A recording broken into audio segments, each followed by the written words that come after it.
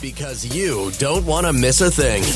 Montreal Now on CJAD 800. Welcome back. If you were out driving today anywhere near the DeCarry Expressway this morning, you may have noticed the protests, the demonstrations that were going on at a variety of overpasses along the route, Moncton, Namur, out on Jean Talon.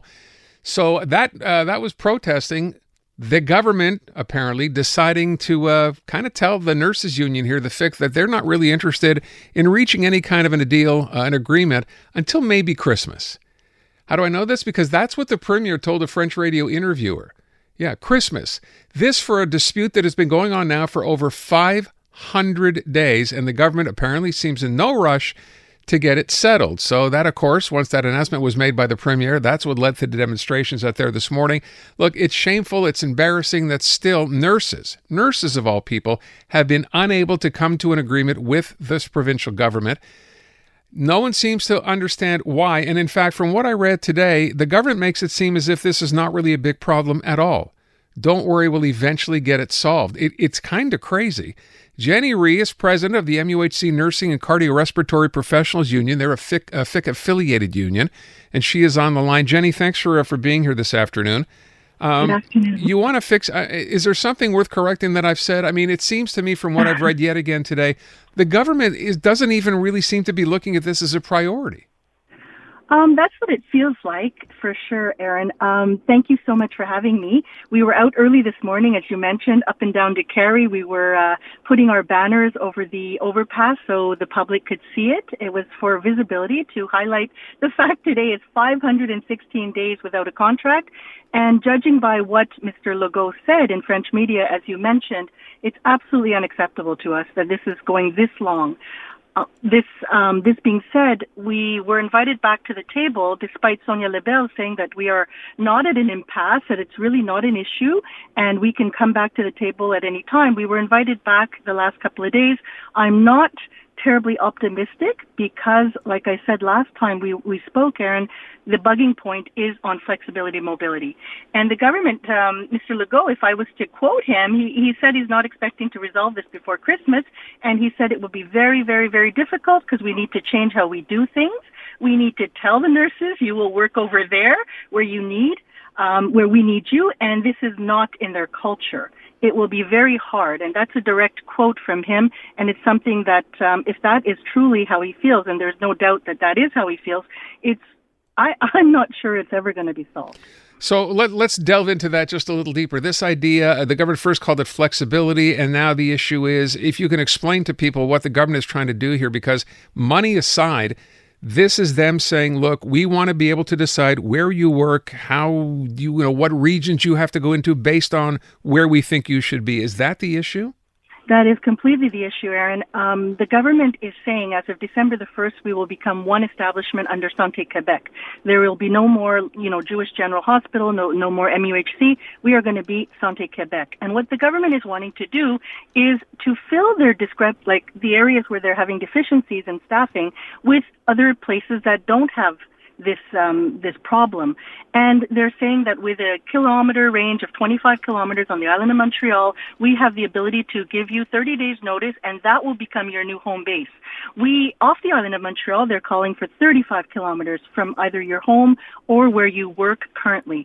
Our problem with that as nurses, and we have asked the government on numerous occasions, please define what that means. Is it once in a lifetime? Is it once a career? Once it becomes your new porte d'attache is what they call it, and they move you, can they move you again? From there, another 25, 35 kilometers. It becomes extremely problematic for people like us who want stability, who have, let's say, young children and family commitments, to make any kind of planning. It becomes virtually impossible. So we've already told the government, and they're not coming back to us with anything concrete in terms of their definitions of what this will entail. And we just can't sign off. We cannot recommend it to our nurses, and they're not buying it either. And Mr. Legault, with his comments this week, he did a great job, because if there was any doubt, he's succeeded in making us even more agitated and more angry than we were before. All right, let me understand this. This idea of you having to travel, you gave the distances depending on where you happen to live in the province. Does that mean you basically have to be mobile all the time when the government decides or when Santé Quebec decides where you have to be, or are you sort of limited to that one space? Well, that's exactly what we don't know, and we've asked for that clarification on numerous occasions. Now, there's two scenarios. They either don't know themselves because they're not telling us, or they don't want to tell us because they know it's never going to be accepted. And already as it is, that whole notion is unfathomable for healthcare professionals. The idea that we can be moved from one area to another with 30 days notice, none of us accept it. And in fact, today, a friend of mine, and a colleague, a dear colleague, respected, and I shout out to her, Ann Derry, said to me, if I wanted that, I would have joined the Army. This is where we're at today. So let me ask the question then. It's been over 500 days. The way the Premier laid it out today, if it's about Christmas, it'll be closer to 600 days before this thing even gets close to being done. Obviously, you're in a bad position because nurses can't strike. You can do whatever you want to do, like today's demonstrations. I think the public is already on your side, at least the ones who know what's going on here. But I guess what I need to ask is, the government seems to be inflexible. You seem to be inflexible, and I think you have a reason to be here, given what they want you to do, which is this attitude of go work wherever you're needed. So where does it go from here? Well, as you know, Aaron, you must have heard Christian Dubé went back on his commitment to stop all independent labor by October the 20th. That's called no choice. Okay, he knows for a fact that if he takes away the agency staff, that he's going to have major service disruptions across the province. So he stopped that, and few people are happy about it, like the Collège des Médecins are happy about it, the specialists. Us, and it's funny because they seem to be blaming us. So there's memes going around saying, the water main break in Montreal is because of, the nurses and things like that. But it's not that funny because at the end of the day, you're right. You said we can't strike. Actually, we can. We just have to provide essential services at, roughly 70 to anywhere from 70 to 85, 90%. And that, we're doing it because we're mandated and we have to, serve the public and protect the ill. But we're very deeply, deeply unhappy, and it's not in anyone's interest to keep us this way. We're the last to be, signed a collective agreement. But don't forget, when we brought this tentative agreement to our members last April, it wasn't the unions, and they love to blame the unions, saying that we're being uncooperative. It was not the unions who said no to this tentative agreement. It was 80,000 healthcare professionals across this province who find that those terms and conditions will never be acceptable to us. Let me ask you one last thing before I run out of time. I think, we discussed what's involved here and the two sides being rather far apart. What has this done to morale within the healthcare sector? We already know, if we go all the way back to the pandemic, just how difficult times were. It must be extremely galling to remember at the time Francois Legault calling you, angels of mercy, whatever. And here you are, and it's been, you're coming up on a year and a half where you can't even get a deal with this government. Have you seen people just simply throw their hands up and say, you know what? Yeah, I wanted to be a nurse. I wanted to work in the system, but I don't want to be treated this way. I'll find something else to do. Is that happening? That is happening. I'm seeing it more with the new graduates, and that's very concerning and alarming to us older nurses who are looking to retire.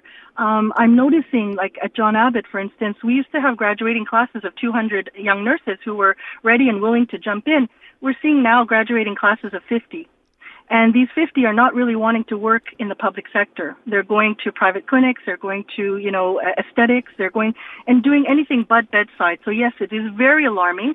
And I think at the end of the day, this government needs to understand, they're not going to give up on flexibility, mobility, because they're hell-bent on making us be those kinds of people that fill that need. And we're not going to give up because it's infringing on our right and to dictate where it is and with whom we choose to work, where we choose to work. And it really infringes upon our civil rights. So we have an impasse.